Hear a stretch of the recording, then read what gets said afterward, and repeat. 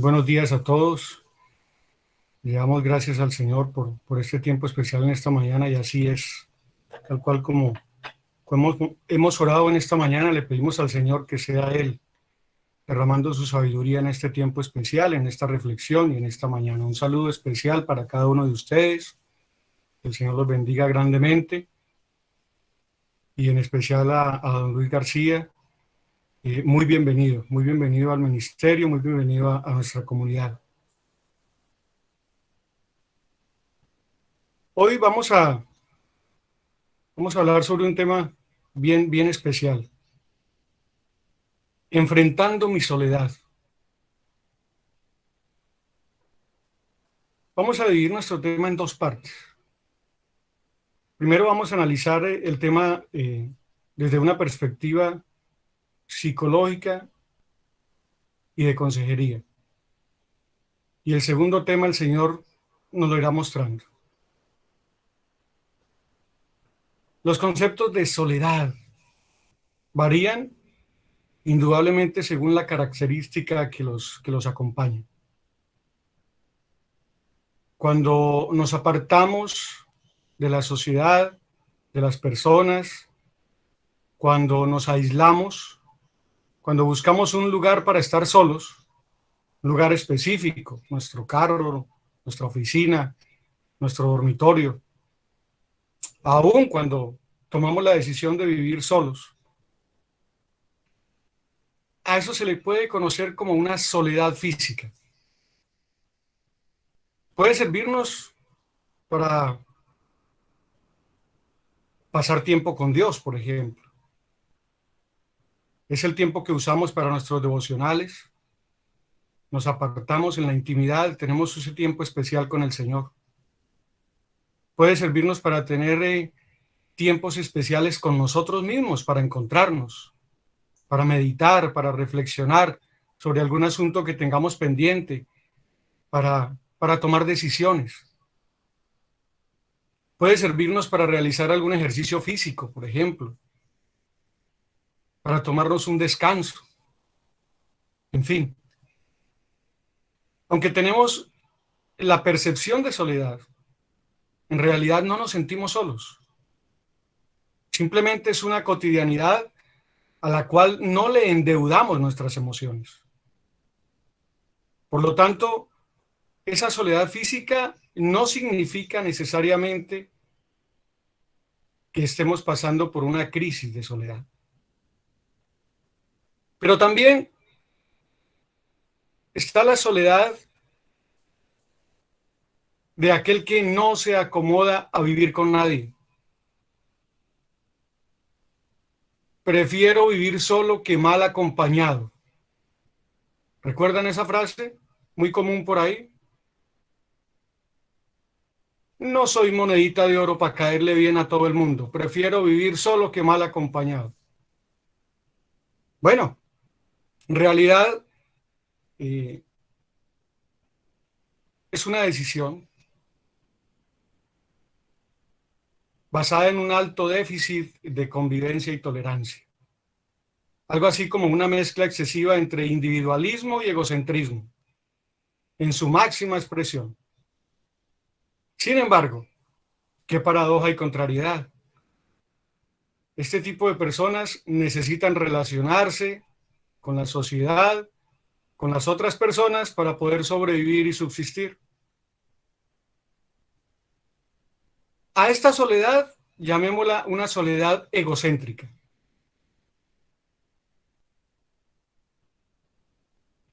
Está también la soledad que es el resultado de verse obligado a apartarse de seres queridos por temas de trabajo, de estudio, por algún viaje que se realice, por algún cambio de residencia.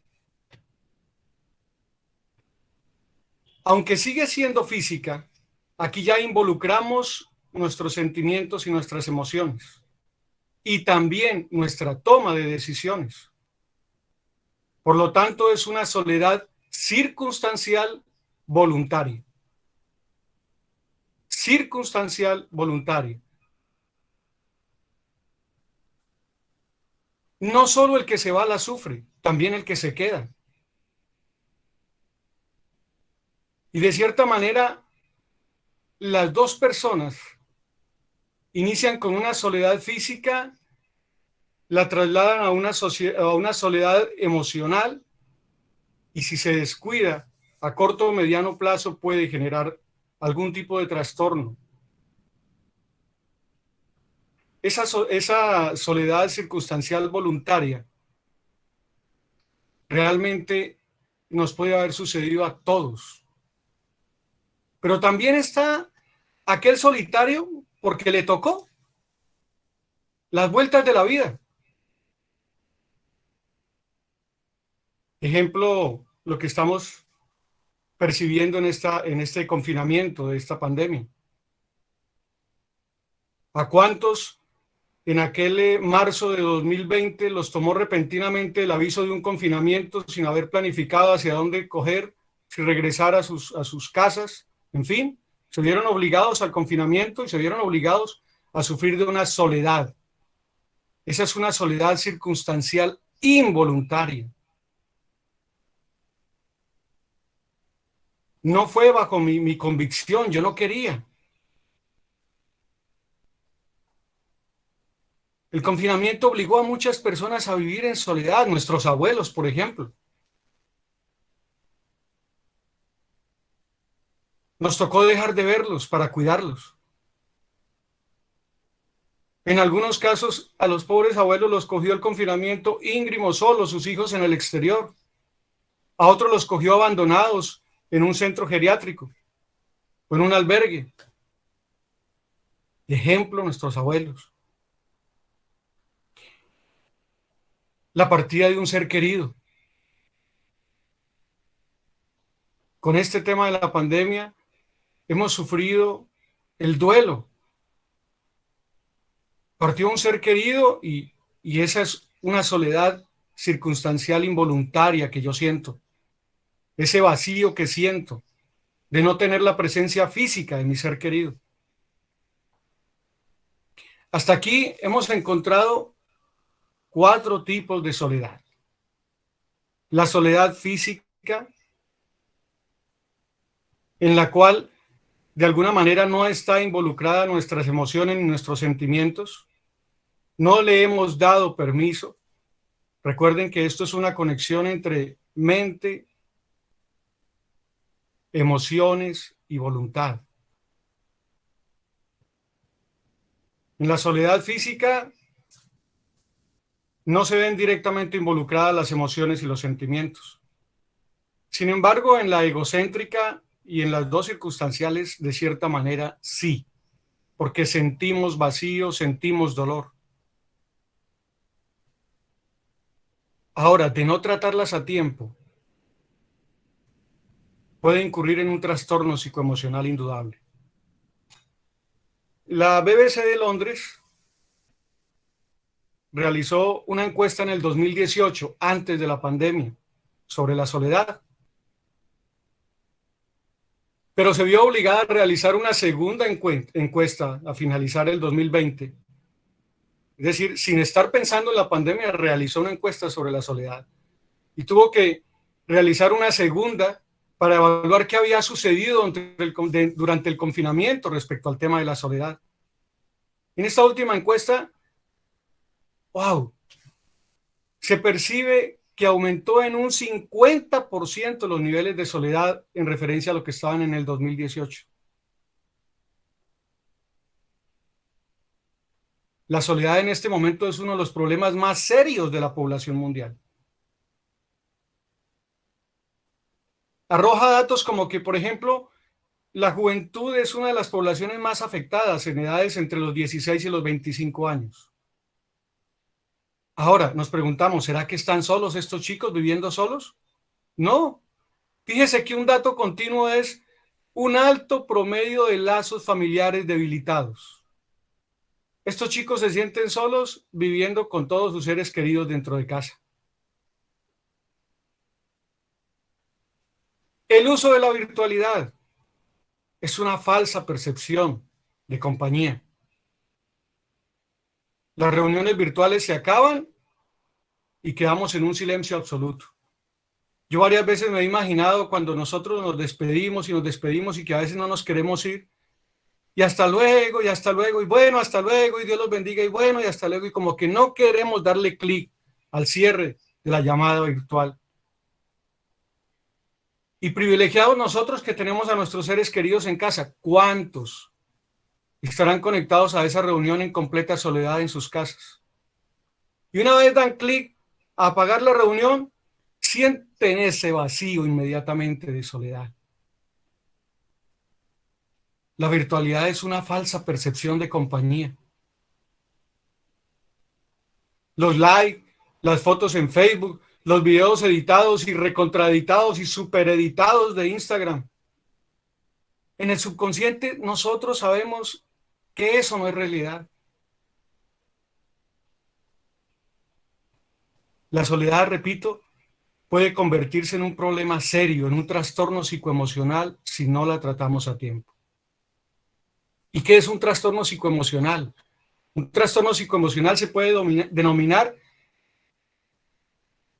cuando todas esas sensaciones no son tratadas a tiempo y se prolongan por un corto, mediano y largo plazo sin haber intervenido, sin haber sido tratado el trastorno. Traen consigo confusión, impotencia, frustración, inseguridad, tristeza.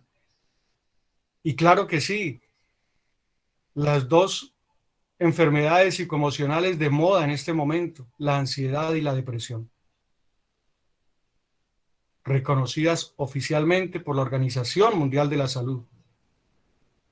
La ansiedad, el no poder tener certeza del futuro, y la depresión, el sentir vacío sobre mis culpas, sobre mis tristezas, sobre el pasado.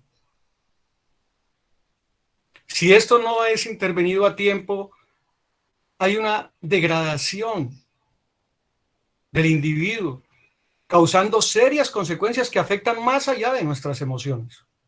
Afectan la psiquis, nuestra mente, y afectan también nuestro cuerpo. Recuerden que, como lo decía Pablo, somos integrales en alma, cuerpo y espíritu.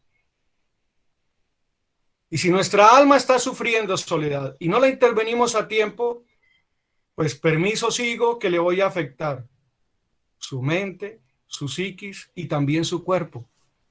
Por eso las enfermedades psicosomáticas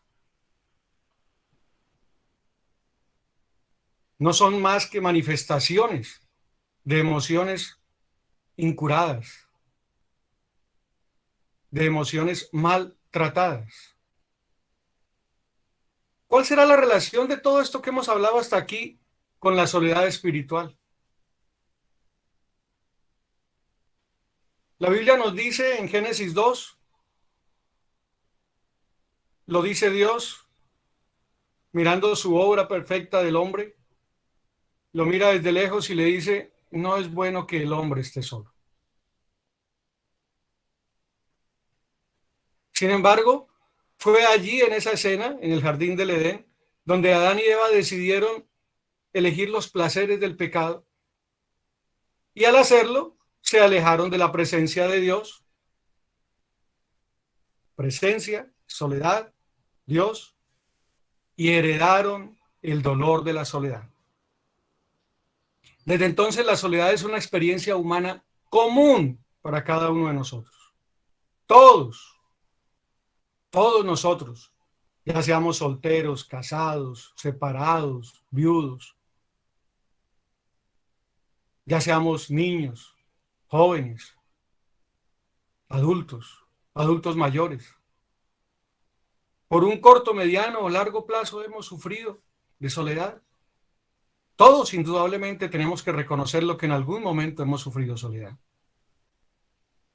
Todos tenemos una sed de compañía. Así digamos muchas veces por orgullo que no es así, como es la situación de la soledad del egocéntrico. Pero todos tenemos una sed de compañía. Ahora, si existe la sed, existe el agua. ¿Recuerdan el encuentro de Jesús con la mujer samaritana? Cualquiera que bebiere de esta agua, le dice Jesús, volverá a tener sed. Mas el agua que yo te ofrezco para que bebieres ya no te dará la sensación de sentir sed jamás, de tener sed jamás. Todos los seres humanos sentimos un vacío de soledad que solo puede ser llenado por Jesús. Ya lo decía San Agustín de Hipona, escritor, filósofo y uno de los teólogos más influyentes del cristianismo. Estamos hablando de 1600 años atrás. 1600 años atrás él escribió una frase que es preciosa, hermosísima. Nos hiciste Señor para ti, y nuestro corazón estará inquieto, no descansará hasta tanto no se refugie en ti. Qué preciosa frase de San Agustín. Las buenas nuevas del Evangelio han sido, son y serán la solución para estos vacíos de soledad emocional y espiritual. Ahora, si este puede ser nuestro caso, lo mejor será no ignorarlo. Lo mejor será no esconderlo. Lo mejor será no callarlo. Si las buenas nuevas del Evangelio han servido durante toda la historia de la humanidad para suplir las necesidades, de seguro que podrán suplir esta necesidad de vacío, de soledad. Buscar ayuda es lo más aconsejable. Busca ayuda en las Escrituras, busca ayuda en el consejo del Espíritu Santo, en el consejo de nuestros pastores, de nuestros consejeros, o de un hermano maduro, que nosotros tengamos la certeza de que es un hermano maduro en la fe, y nos puede ayudar de episodios, así sean cortos, de soledad, para que no llegamos a enfrentar serios trastornos en nuestra vida. Recuerden, nos hiciste Señor para ti. Para esto nos ha creado Dios, para Él. Y nuestro corazón estará inquieto todo el tiempo, hasta cuando podamos descansar en Él.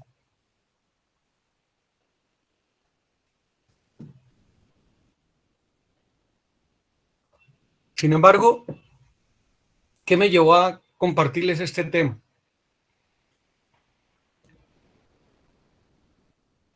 Han existido grandes maestros en mi vida a los cuales he tenido el privilegio de aprender, pero hay dos en especial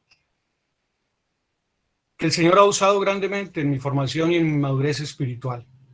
Casualmente los dos han intervenido en esta reflexión.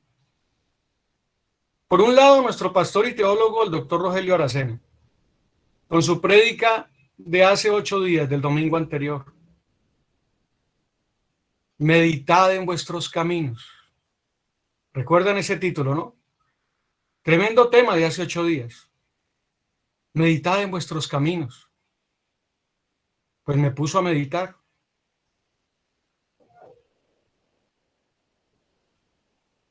Y por otro lado, el pastor, teólogo, historiador, el doctor William Castaño, en una de sus enseñanzas sobre la vida del apóstol Pablo, también me puso a meditar.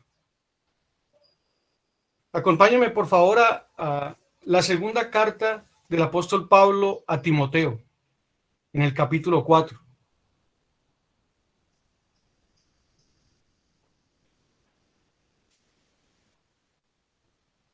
Esta carta es llamada la carta testamentaria del apóstol Pablo, porque es su última carta. Es una carta, de cierta manera, triste, escrita en prisión, ciego, casi ciego, expresando unas voluntades muy personales, desgarrando sus emociones, Pablo, en esta carta. Y en el verso 9 en adelante dice, inclusive la Reina Valera lo titula Instrucciones personales. ¿Ve?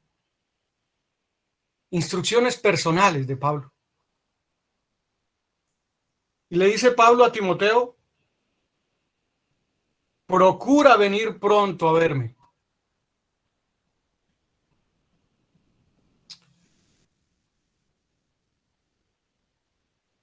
Con esa frase me parte el corazón.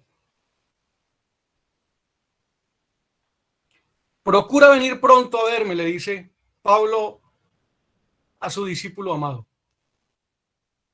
Y empieza a decirle por qué. Empieza a explicarle por qué. Porque se siente solo.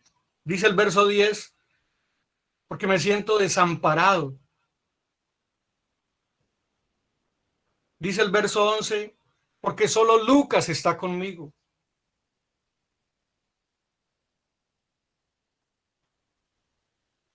El apóstol de los gentiles. El apóstol que ni siquiera desde antes de su conversión ha permanecido solo un instante, rodeado de mucha gente. Un hombre muy influyente. Antes de su conversión en el pueblo judío y después de su conversión en el pueblo cristiano. Fundador de iglesias. Discipulador de grandes hombres. Yo me imagino a ese Pablo todo el tiempo, en todo momento, lo veían llegar y Pablo, predique. Aquí te tengo una multitud, predica, por favor, Pablo. Pablo solo. Pablo diciendo, procura venir pronto a verme. Aquí se encontraba Pablo al borde de la muerte. Esa es su carta de despedida.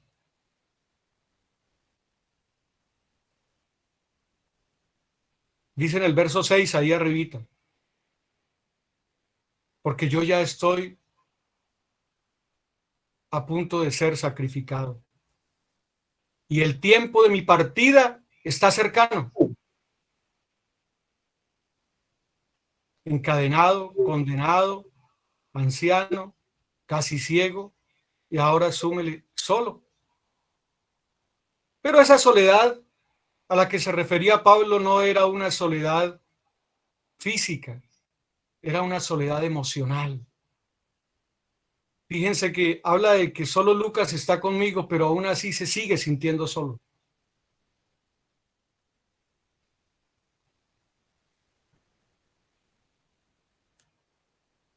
Quienes recuerdan o tuvimos la oportunidad de ver la película de Pablo, el apóstol de Cristo.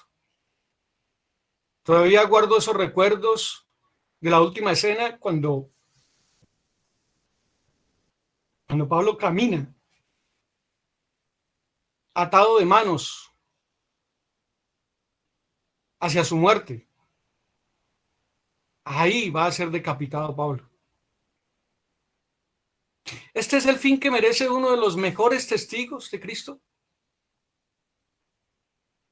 Más dura la pregunta, ¿estaríamos dispuestos algunos de nosotros a pagar este precio por la defensa del Evangelio, como lo ha hecho Pablo?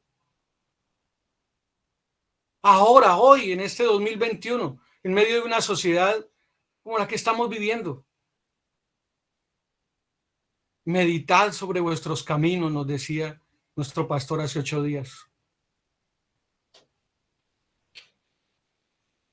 Analicemos desde el verso 9 en adelante de esta carta testamentaria de Pablo. Porque Demas me ha desamparado, amando este mundo, y se ha ido a Tesalónica. ¿Qué hizo Demas? Le dio la espalda. De hecho, volvió a sus viejas andanzas. Nosotros a veces le decimos, Señor, gracias porque tú nos has sacado del hoyo cenagoso. Pues Demas volvió al hoyo cenagoso. Y se llevó consigo el corazón de Pablo, porque a Pablo le estaba doliendo profundamente. Los demás fueron enviados por Pablo a seguir la enseñanza del Evangelio, a seguir el apostolado. Crescente fue a Galacia, Tito a Dalmacia. Y vuelve y expresa su dolor Pablo. Solo Lucas está conmigo. Inclusive le sugiere a Timoteo, toma a Marcos y tráelo contigo, porque me es útil para el ministerio acá. A Tíquico lo envía a Éfeso. Todos están ocupados. Pero en el verso 14 habla también de Alejandro, el calderero. Me ha causado muchos males. Se ha convertido en mi enemigo.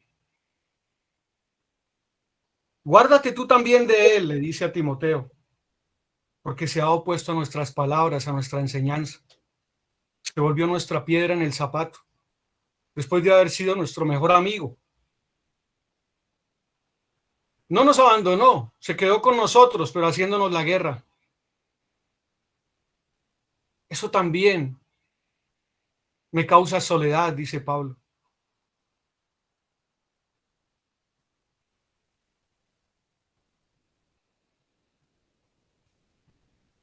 En el verso 16,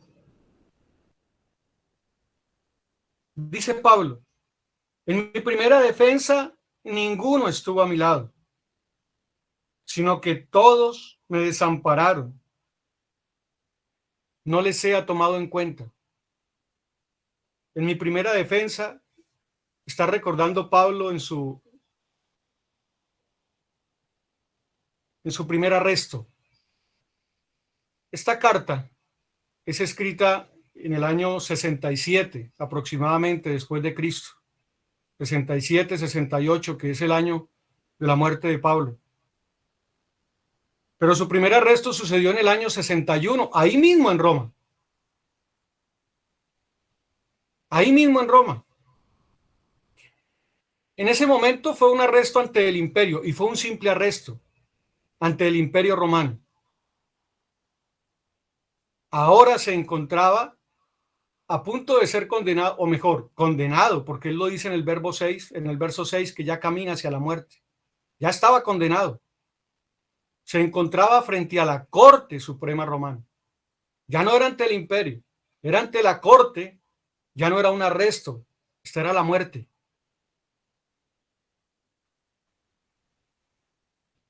Pero aquí en el verso 16 recuerda a Pablo de ese primer arresto. En mi primera defensa ninguno estuvo a mi lado, sino que todos me desampararon.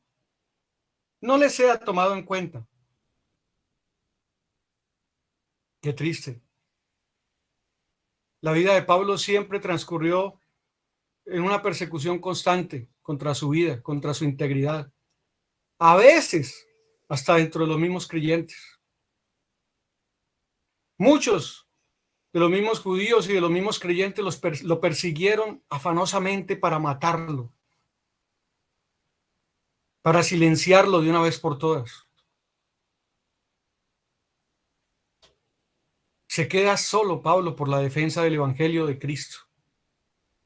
Y a mí lo que más me impresiona es que no compartió un día completo con Cristo. No tuvo la oportunidad de vivir con él los 3 años que tuvieron los demás discípulos. Él lo veía de referencia. Y es más, lo tenía como objetivo militar. Ahora, en su conversión real, genuina, está entregando su vida por el Evangelio. ¿No le recuerda a alguien? ¿No le recuerda a ese Jesús en el Gólgota? Elí, Elí, lama sabactaní. Dios mío, ¿por qué me has desamparado? Hasta sintió el desamparo de su propio Padre Jesús, ahí en la cruz. Sin embargo, cumplió la voluntad del Padre.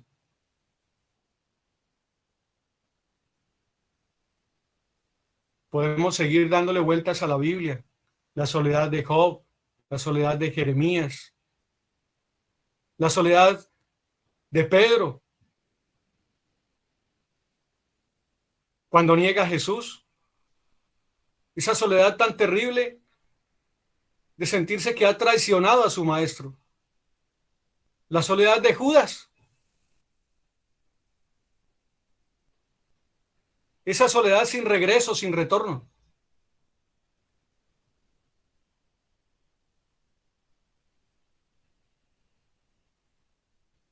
Pero la soledad de Pablo es de inminente valentía. ¿Qué hace que Pablo tenga tanta valentía? ¿Qué hace que Pablo en esa primera prisión, al sentirse solo, hubiese podido tomar la decisión de decir, yo me voy? ¿Yo por qué voy a seguir en esta lucha? Caí preso aquí y todos me abandonaron. Tan pronto salga de aquí, chao evangelio. A mí no me vuelvan a hablar de eso.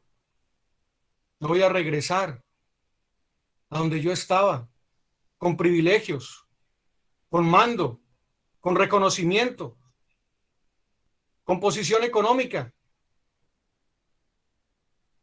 Ahí en ese momento, en ese primer arresto, Pablo hubiese podido tomar decisiones claras en su vida. Eso no tiene sentido. Los que me seguían, todos mis discípulos, ninguno, todos me abandonaron, dice.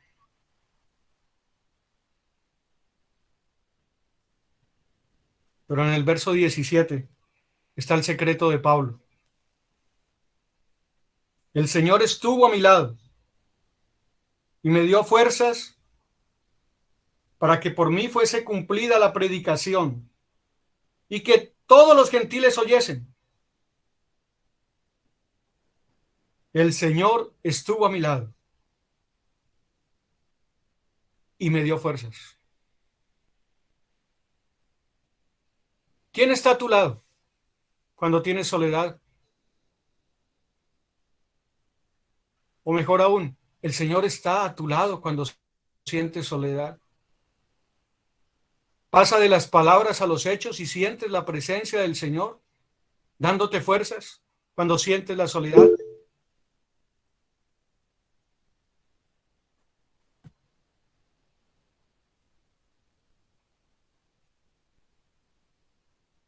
No es fácil, hermanos. No es fácil dar la batalla por un evangelio en medio de este mundo actual. Pero ya Jesús lo decía en Mateo, en el capítulo 10, cuando precisamente estaba realizando la selección de sus discípulos. Él los seleccionó específicamente por algo a cada uno. Eso no fue al azar. Sin embargo, Jesús les advierte algo muy importante.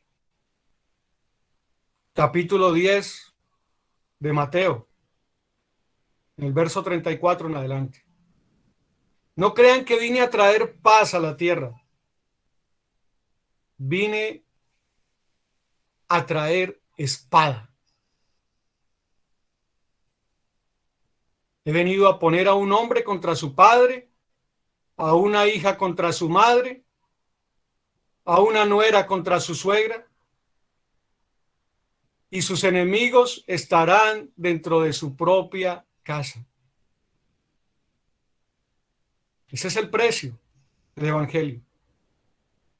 Por si algo sucede, Jesús les advirtió a los discípulos a qué se estaban comprometiendo. Es lo mismo que Pablo hace ahora con Timoteo.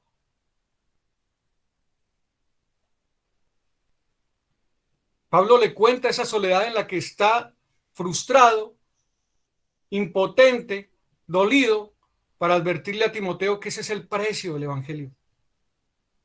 Ese es el precio de predicar las buenas nuevas. Decía Jesús en Mateo, si amas a tu padre o a tu madre más que a mí, no eres digno de ser mío. Si amas a tu hijo o a tu hija más que a mí, no eres digno de ser mío. Si te niegas a tomar tu cruz y a seguirme, no eres digno de ser mío. Si te aferras a tu vida, la perderás. Pero si entregas tu vida por mí, la salvarás. Duras palabras de Jesús, duras palabras de Pablo, duras palabras del pastor Rogelio hace 8 días. Claro que son duras. Pero ¿qué tal si no se nos advierte cuál es el precio que tenemos que pagar? ¿Qué tal si engañados seguimos los caminos de Demas? ¿O qué tal si ignorantes seguimos el camino de Judas? ¿O qué tal si tercos y necios seguimos el camino de Pedro cuando niega a Jesús?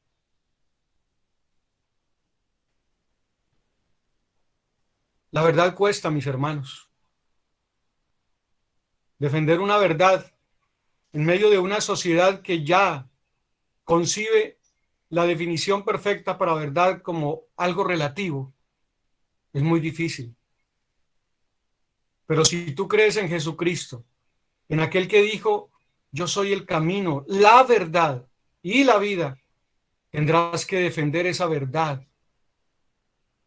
Una verdad que, entre otras cosas, tiene argumentos y tiene hechos concretos de demostrar que es la verdad. Porque el cumplimiento de su palabra se está cumpliendo día tras día. Ahí está. Ahí está la mejor prueba, si es que quieres pruebas. Ahí nos estamos dando cuenta cómo su palabra se está cumpliendo, cómo las señales antes del fin, cada día se cumplen más. Solo el Señor Jesucristo nos debe dar las fuerzas a través de su Espíritu Santo habitando dentro de nosotros.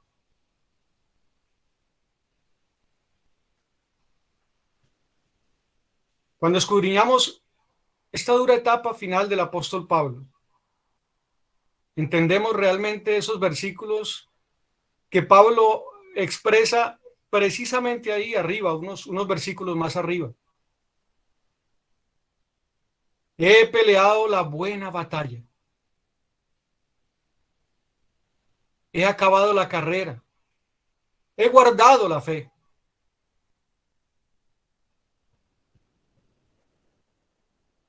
Para poder expresar esas palabras, necesitamos entender qué fue lo que hizo Pablo para sentirse tan seguro de decir, he peleado la buena batalla. ¿Qué tan engreído Pablo? ¿Quién dijo que era una buena batalla?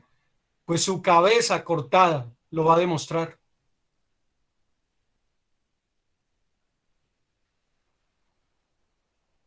He peleado la buena batalla, he acabado la carrera, he guardado la fe. Nunca Pablo, cuando se expresó de sí mismo, lo hizo con vanidad. Cuando dijo, todo lo puedo en Cristo que me fortalece, yo todo lo puedo, lo expresó y lo explicó por qué.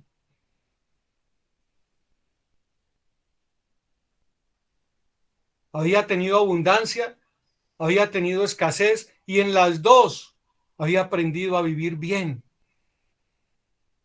¿En quién? En Cristo que lo fortalece. Ahora lo está diciendo, realmente he peleado la buena batalla. He acabado la carrera y he guardado la fe. Por lo demás, me está guardada la corona de justicia, la cual me dará el Señor, juez justo, en aquel día. Y no solo a mí, no solo a mí, Timoteo, escúchalo bien, no solo a mí, sino también a todos los que aman su venida. A ti, Timoteo, abandérate de predicar el evangelio a los gentiles porque yo ya estoy de partida.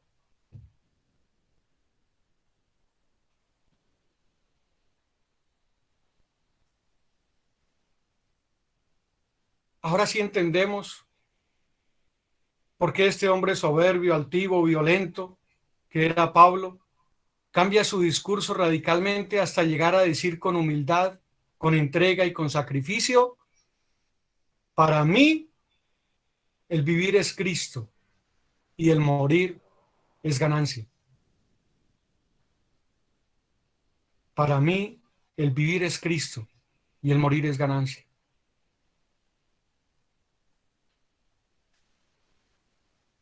Yo no sé qué soledad esté sintiendo hoy, en esta mañana.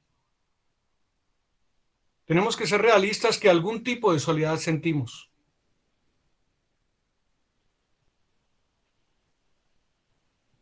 Pero pidámosle al Señor que no vaya a ser la egocéntrica, que no vaya a ser que por estar satisfaciendo nuestras emociones estemos olvidando la razón por la cual estamos aquí.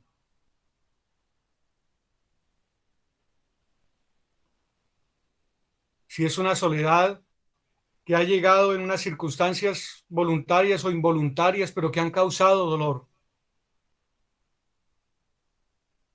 pues sea el momento de entregarle ese corazón dolido, quebrantado a Jesús, ese corazón sediento a Jesús. Es el tiempo de que Jesús derrame esa agua viva que calma toda sed sobre nuestros corazones. Pero ¿qué haremos después? Si hemos encontrado esa paz que Jesús nos da, ¿qué haremos después? Indudablemente que tendremos que mirar a Pablo y decir: si yo me atrevo a pronunciar una de las palabras que tú pronunciaste, Pablo, como todo lo puedo en Cristo que me fortalece, como he peleado la buena batalla y he acabado la carrera y he guardado la fe, o como decir que para mí el vivir es Cristo y el morir es ganancia, pues tendremos que hacerlo con mucho detenimiento y despacio y tranquilos, entendiendo que debemos meditar sobre nuestros caminos, especialmente en este tiempo difícil. Sería más fácil la actitud de Pedro: callarme y pasar desapercibido por entre la sociedad, y cuando me digan tú no eras cristiano, sí, y corra y escóndame. O quizá diciendo sí, pero ya no. Cristo, sí, sí, yo he oído de Cristo. Y guardar silencio y negarlo, para después tener que sentir esa absurda soledad que sintió Pedro, decepcionado de sí mismo por haber negado a Jesús. Llega el momento en que hay que preguntarnos, mis hermanos. Pensemos en esos cristianos de Afganistán, por ejemplo. ¿Por qué? Porque los persigue, de todos los bandos están perseguidos, de todos los bandos. Profesan una religión que no es la oficial en su país. Va en contra del Islam. Son atacados hasta por sus mismos compatriotas. Ahora los talibanes. Ahora, qué persecución tan triste, tan terrible. Pensemos por un momento en ellos. Nosotros estaríamos capaces de sufrir esta soledad que sintió Pablo por causa del Evangelio. ¿Estaremos dispuestos a pagar el precio?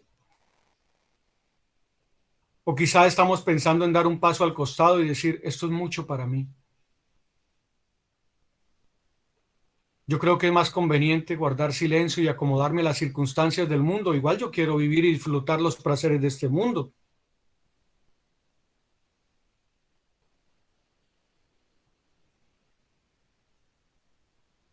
Pero esa compañía excesiva de este mundo te podrá quizá acarrear una soledad eterna. Y eso es más delicado. El mundo nos influencia cada día. Su comodidad, su tranquilidad, sus placeres, todo lo terrenal, indudablemente ejerce influencia sobre nosotros. Pero luego quizá esa absurda comodidad nos dejará muy incómodos, mis hermanos.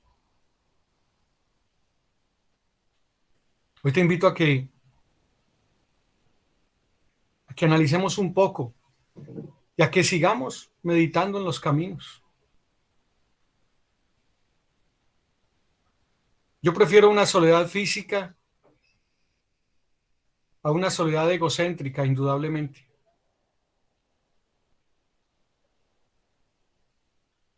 Prefiero dar la batalla, como lo dice Pablo, por predicar el Evangelio, por decir la verdad a tiempo y a destiempo. Esa es la soledad que pueden sentir los predicadores ahora.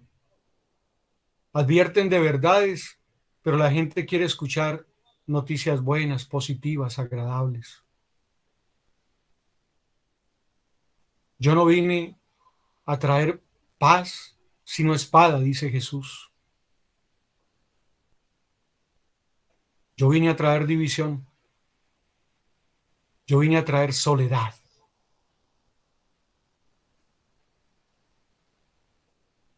Los invito a que oremos, mis hermanos.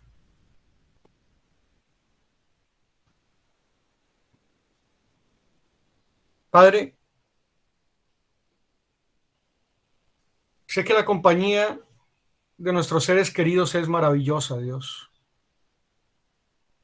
Y sé que hoy debo agradecerte por cada uno de ellos y valorar esa presencia en nuestros hogares. Te pedimos, Señor, por aquellos que atraviesan soledad física, emocional, por aquellos que sienten ese vacío de los seres queridos que han partido, por aquellos que sienten ese vacío de aquellos seres que los olvidaron. Más difícil, por aquellos que sienten ese vacío de los seres que le dieron la espalda o que dieron la espalda por causas del Evangelio. Señor, cuánto quisiéramos siquiera un poquito parecernos a Pablo,